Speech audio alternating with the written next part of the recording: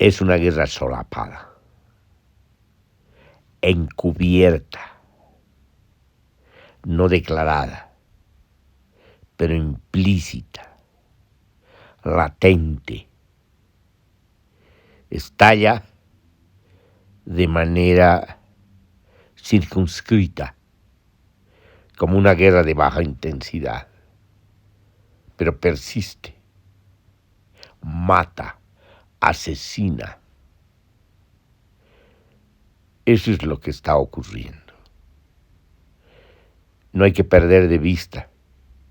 Y cuando se llega a mayores, incluso en los discursos se expresa, cuando se declara abiertamente la guerra al pueblo, bajo la excusa de terrorismo, cuando se perpetra el terrorismo de Estado, cuando se ensaña este terrorismo contra los cuerpos, cuando hay una combinación perversa entre discursos cínicos y masacres. No hay que perder de vista, esa es la situación. Como se dice comúnmente, esa es la realidad. ¿Qué se hace en estos casos? ¿Qué se hace en estas situaciones? Cuando le declaran la guerra al pueblo. El pueblo tiene que defenderse, tiene que organizarse, tiene que asumir que está en guerra, aunque busque la paz, aunque haga manifestaciones y marchas pacíficas, aunque se movilice en varias ciudades, aunque tome la capital. El pueblo tiene que defenderse, porque el ataque del Estado, del terrorismo de Estado, de los dispositivos de emergencia del Estado, de la represión, ya se han desatado y desbocado el ejército y la policía. No van a parar en tanto y en cuanto se lo permite el gobierno, en tanto y en cuanto no se asuman las demandas del pueblo que implican y exigen la renuncia de la presidenta y el cierre del Congreso, la renuncia del Congreso, la convocatoria a elecciones y abrir un horizonte constituyente en el sentido de una asamblea constituyente originaria, no de una reforma constitucional. Solucione o no solucione el problema una asamblea constituyente, como ha ocurrido en Ecuador y en Bolivia, donde se han logrado constituciones avanzadas que establecen el Estado plurinacional, pero los gobiernos progresistas, mal llamado progresistas, porque de progresistas solo tienen el nombre, no han cumplido con sus constituciones. Entonces hay una propuesta jurídico-política, pero que no se realiza histórica y políticamente. Aunque se repite esta historia en el Perú, antes se ha tratado de repetir en Chile de todas maneras. El proponer una asamblea constituyente en el marco de la democracia formal, en el marco de la república, en el marco de las conquistas democráticas, es un avance. Que este avance se realice va a depender obviamente de la correlación de fuerzas. Que sea una solución va a depender de los límites mismos de la democracia formal, de la república, de la democracia delegada y representativa, cuyos límites están bien trazados, se los ha evidenciado a lo largo de la historia política moderna. Entonces se tiene conciencia ya de que hay que salir de estos límites, cruzar los límites, abrir otros horizontes, más acá y más allá del Estado, Más acá, cuando decimos más acá, hablamos de comunidad. Y cuando decimos más allá, hablamos del confederalismo democrático, es decir, de autogobiernos del pueblo, que es la democracia plena.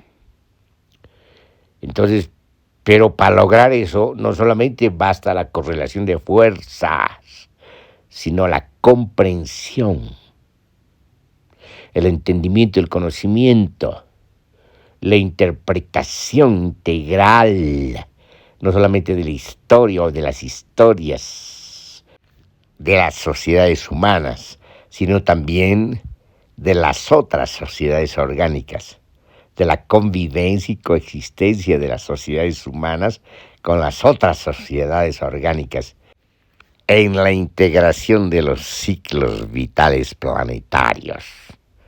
Por lo tanto, en el horizonte abierto de las sociedades ecológicas. Volviendo al punto, ese punto de la crisis múltiple del Perú, ese punto que no es un punto, sino es el punto y su entorno, el ojo de la tormenta y la tormenta, el entorno de la tormenta misma. Volviendo a la situación y al desplazamiento en el que se encuentra, donde no parece haber de manera inmediata una respuesta coherente de parte del Ejecutivo, de parte del Legislativo y de parte del Judicial. No parece haber una respuesta. La casta política está perdida en sus laberintos. La respuesta está en el pueblo movilizado, que no solamente busca una respuesta a la crisis actual, puntual, a través de una renuncia de la presidenta, la convocatoria inmediata a las elecciones y abrirse un horizonte de asamblea constituyente, sino que, dada la magnitud de la crisis, dada la magnitud del substrato volcánico de la crisis, para decirlo metafóricamente, apunta a una solución radical. Y eso quiere decir resolver todos los problemas acumulados históricamente, desde aquellos problemas que tienen que ver con la colonialidad, que tienen que ver con el capitalismo dependiente, que tienen que ver con una república aparente, un Estado aparente, una democracia aparente, y sobre todo en las últimas etapas de la putrefacción de los funcionarios, de los gobernantes y de los distintos sedimentos de la casta política. Entonces, la solución integral o las soluciones sumadas, integradas a estos problemas acumulados requieren transformaciones estructurales y transformaciones institucionales, que no solamente implican la convocatoria a la Asamblea Constituyente, la escritura de una constitución que abra un horizonte jurídico-político de largo alcance, sino que pueda realizarse, que haya condiciones de posibilidad para su realización. Y esas condiciones de posibilidad para su realización tienen que ver fundamentalmente con la capacidad, las facultades, la liberación de la potencia social, la desinhibición de la potencia social, largamente conseguida a través de la historia del Estado-Nación, que no es otra cosa que la herencia colonial en la República de las formas de dominación colonial que se transforman y adquieren una metamorfosis en las formas capitalistas de dominación. Entonces, ¿qué tenemos? Lo que tenemos precisamente es una especie de acumulación de problemas, no solamente de residuos, sino de problemas, de problemas latentes, vigentes, que se van acumulando y van presionando de tal forma que van convirtiendo el problema, la problemática política, económica y social y cultural en un problema cada vez más grande. Y en ese sentido empieza a convertirse en amenazante por la magnitud, por los alcances de irradiación que tienen, que apuntan tanto a una implosión como a una explosión. Por eso es menester tomar, para usar una palabra conocida de la dialéctica, tomar conciencia no solamente en sí del problema, sino una conciencia para sí de la problemática histórica heredada y actuar de tal manera que sea un actuar convocativo, colectivo, consensuado y por lo tanto actuar multitudinariamente para desentenderse de los dispositivos de poder heredados, coloniales y capitalistas, de las estructuras de dominación y liberar la potencia desde adentro, desde lo más profundo, para que se exprese lo más creativo de la vida. Entonces, en ese sentido, es menester que esto que ha salido a las calles y a los caminos y ha tomado las ciudades y ha tomado Lima, se siga desenvolviendo en toda su plenitud, se exprese en toda su magnificencia democrática, colectiva, social, activa, que se realice en tanto transformaciones sociales y pedagogía política, porque es la única manera, no solamente de abrir horizontes, sino de realizar, para decirlo en términos de la filosofía, la libertad, la realización de la libertad, es decir, la realización de la potencia de la vida.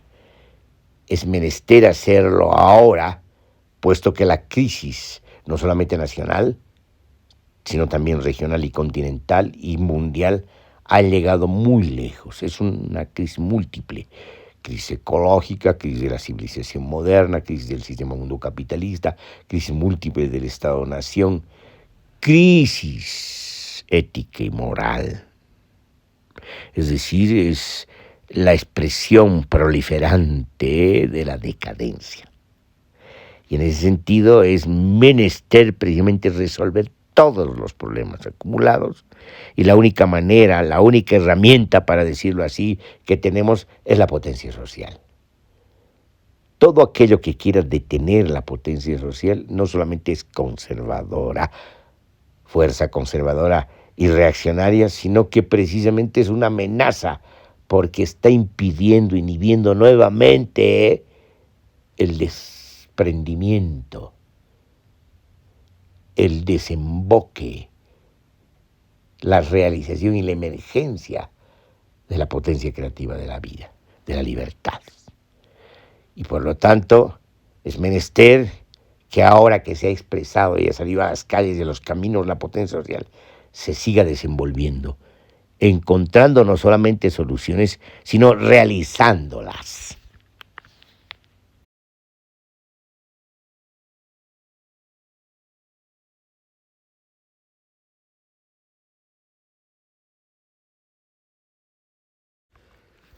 ¿Qué es lo que tiene que cambiar?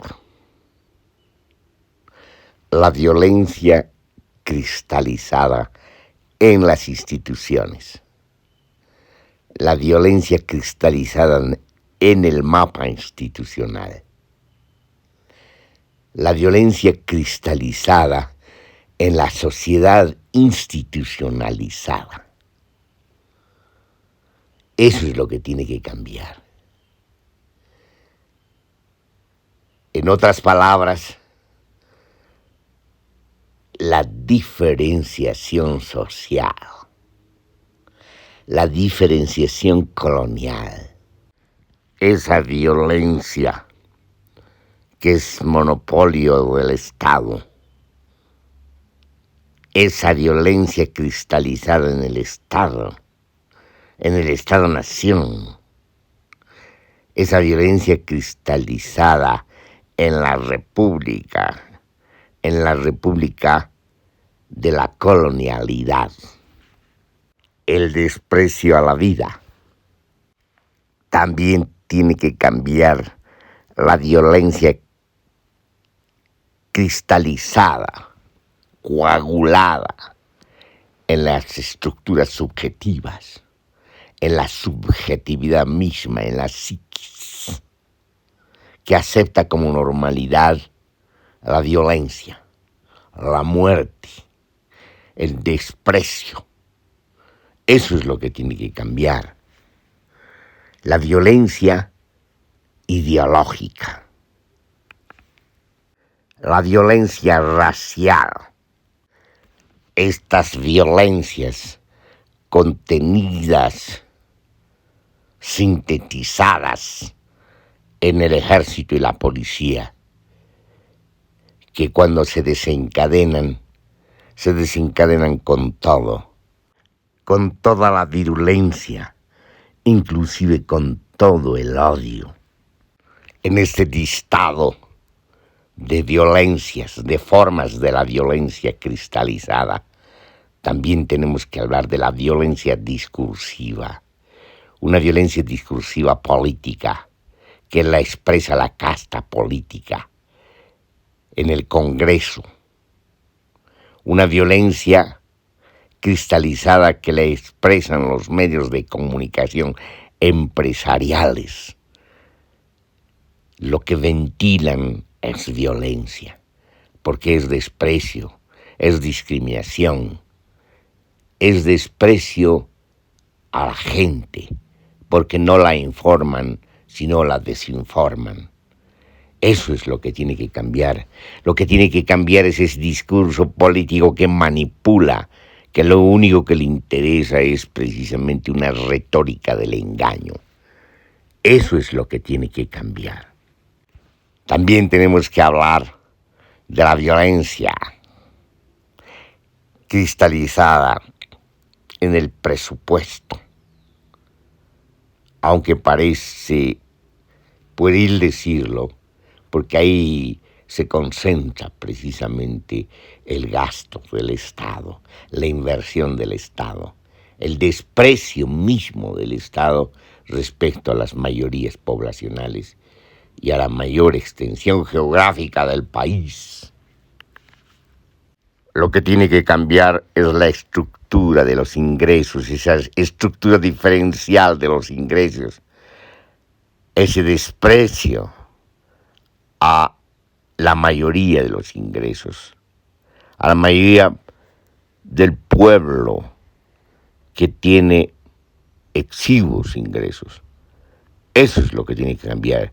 El ingreso de los profesores, el ingreso de los trabajadores, el ingreso de gente que tiene que trabajar todos los días de manera informal para usar esa categoría administrativa, estatal.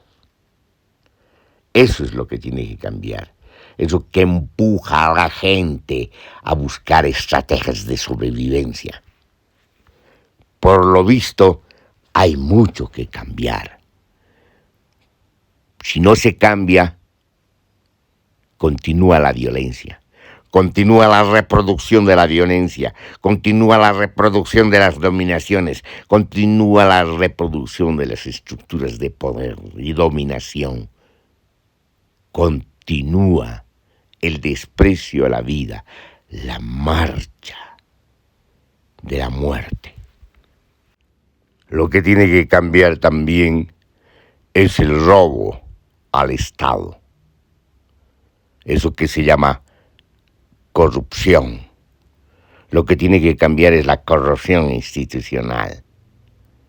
Lo que tiene que cambiar es esa decadencia, esa degradación ética, esa muerte de horizontes. Y obviamente no podemos olvidarnos que lo que tiene que cambiar también y sobre todo es el saqueo del país y el saqueo de los recursos naturales por parte de las transnacionales extractivistas. Todo tiene que cambiar para que todo cambie. No es como en El Gato Pardo, donde todo tiene que cambiar para que nada cambie.